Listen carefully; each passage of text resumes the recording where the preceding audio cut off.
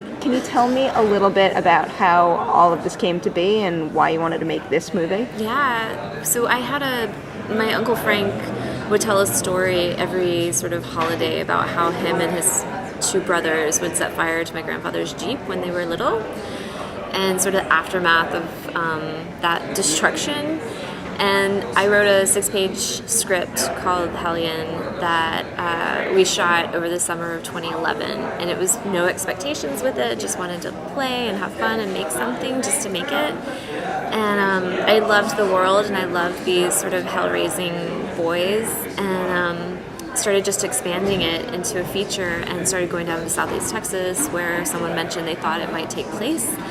And by the time we heard in Thanksgiving that we got into Sundance with the short, I had already had an outline for the feature. So by the time we got to Sundance in January, I had a first draft of the feature, and I was like, this is what I want to do next. And I fell in love with the world of these characters. And we ended up my producer got into the Sundance Creative Producers Lab with the project, which opened a ton of doors and really legitimized and kind of stamp of approval on this project and on us.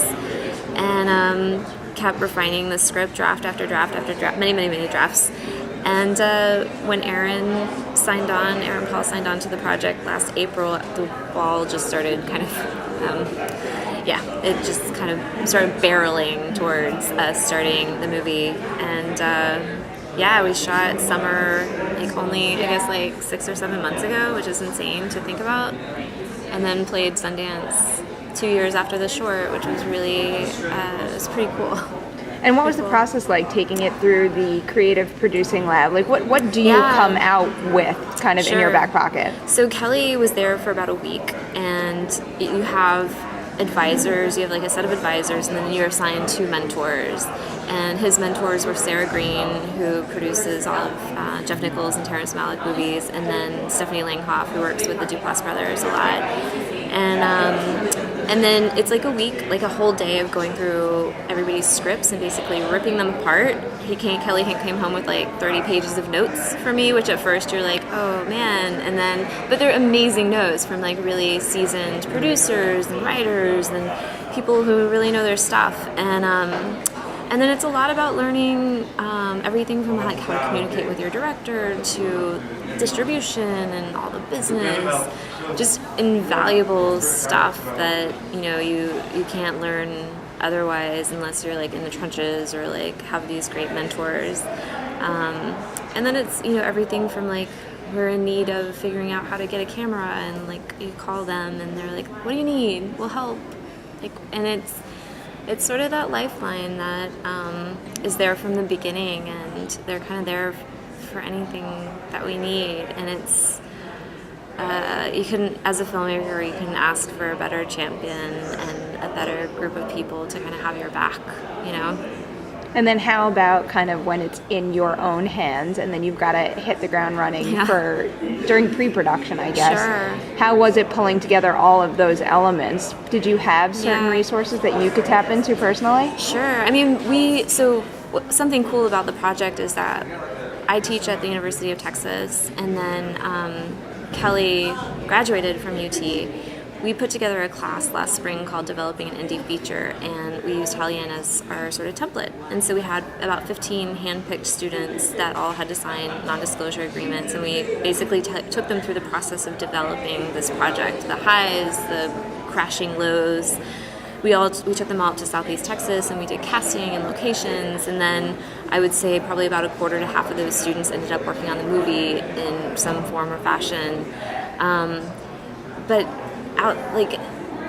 Kelly is from that area where we shot, and so everybody from his former football coach to his vice principal at the high school to his parents' best friends, everybody rallied behind this film. I mean, we got football stadiums donated and people bringing cookies to set, and cop cars and cop buildings. I mean, the love from Southeast Texas is really kind of what made this film happen, and because otherwise I don't know if it would have happened without the support of all of those people and all of their hearts being invested in this movie. but it was a beautiful thing to see that community. Was the community familiar with what it takes to put on a feature No. film? Because, like, I imagine they're No. like, yeah, come make a movie here. And then you see the trucks and the people, and they're like, oh, no. Yeah, no, I don't think they were. I mean, it was educational for all of us in that respect. But we had several folks come up to Sundance from Southeast Texas to see it, and then we had several folks at the screening on Sunday. And that's so cool for them to see, like, all of their hard work and all of their volunteering and all of their offering up of resources and what it actually means when it comes to a screen and in front of an audience. They were really, really kind of excited, and they were a great group. And how about bringing some of your cast on board? Was it pretty much just the standard offer process and keeping your fingers crossed? With Aaron, it was first finding out if he was a nice person, and heard important. a resounding, like, yes, he's a good person.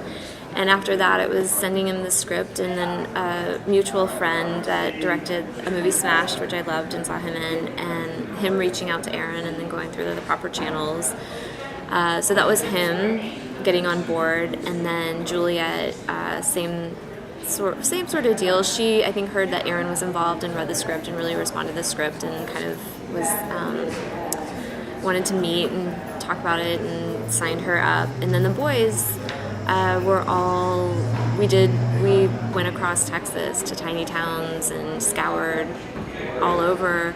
Went to motocross races and scoured there, did our traditional New York, LA kid calls, but in the end it was all Texas boys that we found that I was really proud of. Had your lead had any experience acting before? Josh Wiggins, who plays Jacob, he had not.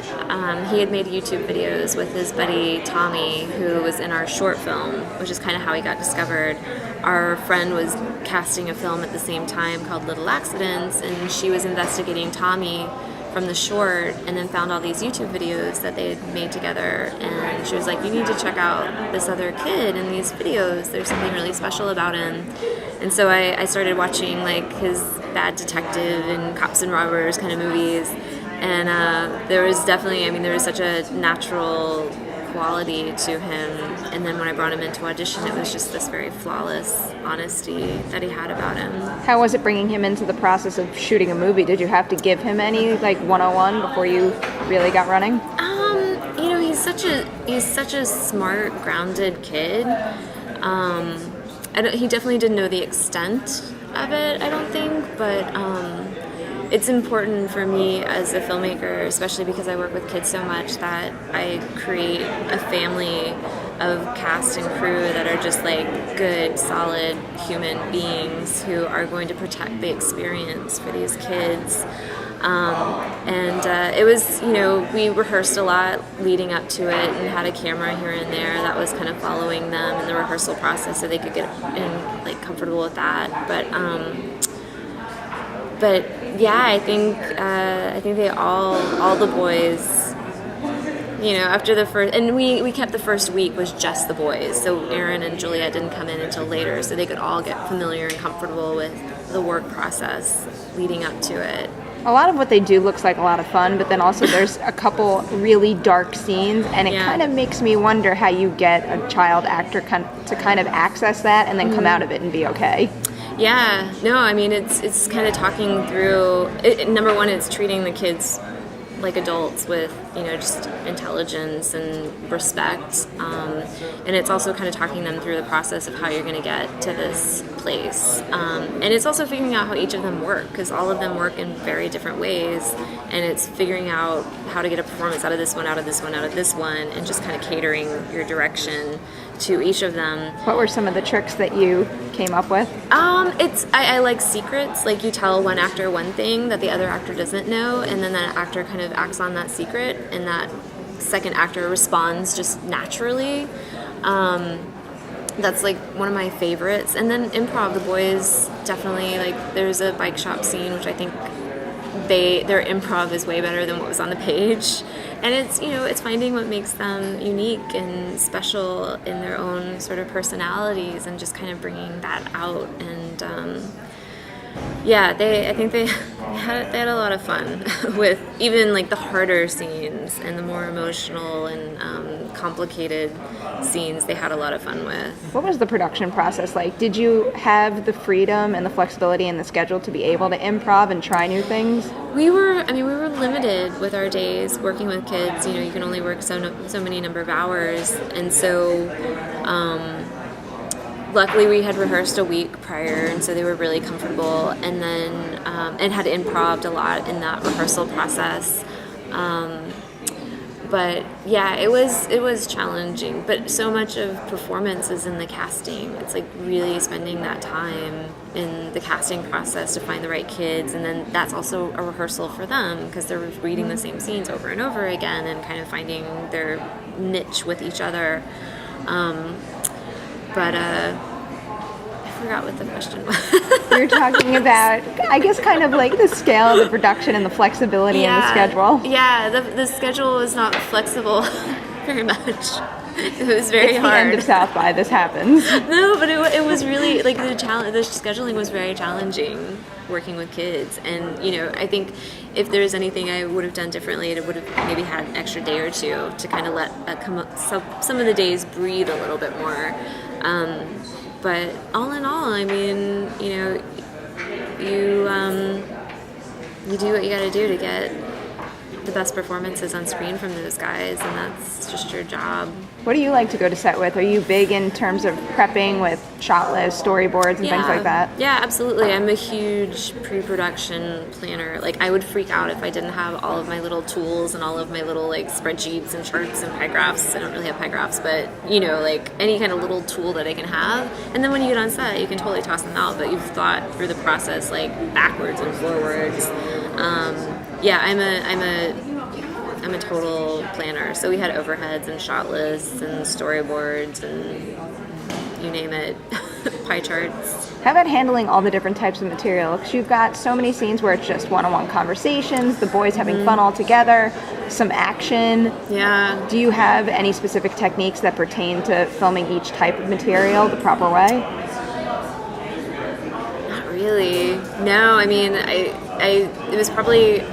I feel like I've started doing a lot of fight scenes with boys, which I'm lucky that I had prepped or had done that before in other projects, because fight scenes are hard because you don't want anybody to get hurt, for number one. And we had a fantastic stunt coordinator who was there to kind of help kind of figure out the angles and how to cheat everything really well, and to keep the boys safe ultimately. But yeah, sometimes it's like you're at the mercy of like the motocross stuff. We weren't able to actually stage an actual race, and so we had to kind of cookie cutter certain moments and bits and pieces of the race. And that was challenging. So how did you do that? Was that just like a race that happened to have been going on?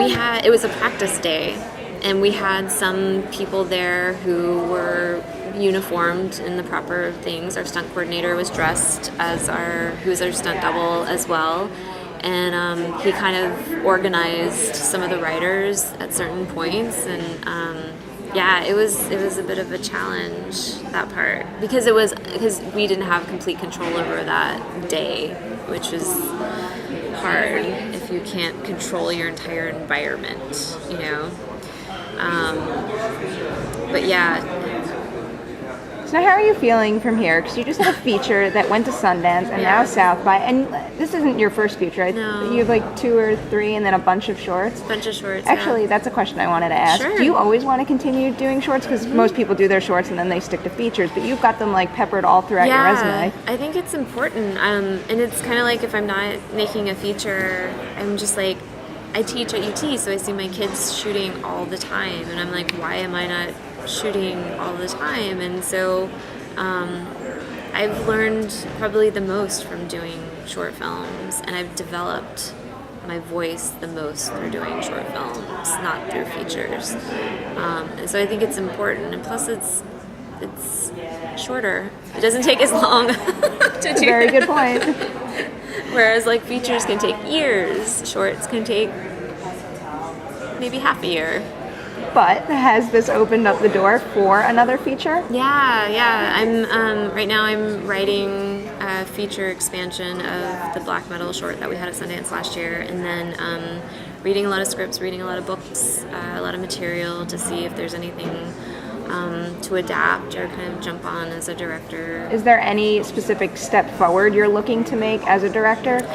Yeah, I mean, I want to kind of continue my own voice and my own material, and I want to kind of elevate with a budget. Like, I want to slowly go from a higher budget level, and I'd like to kind of infuse a little bit of genre in the next one, and then like maybe go a little bit broader with the one after that. I don't want to make Star Wars 5 next or anything like that. I think that would be detrimental to me. But I'm just trying to take slow baby steps and keep my own voice and still kind of have that independent quality to it.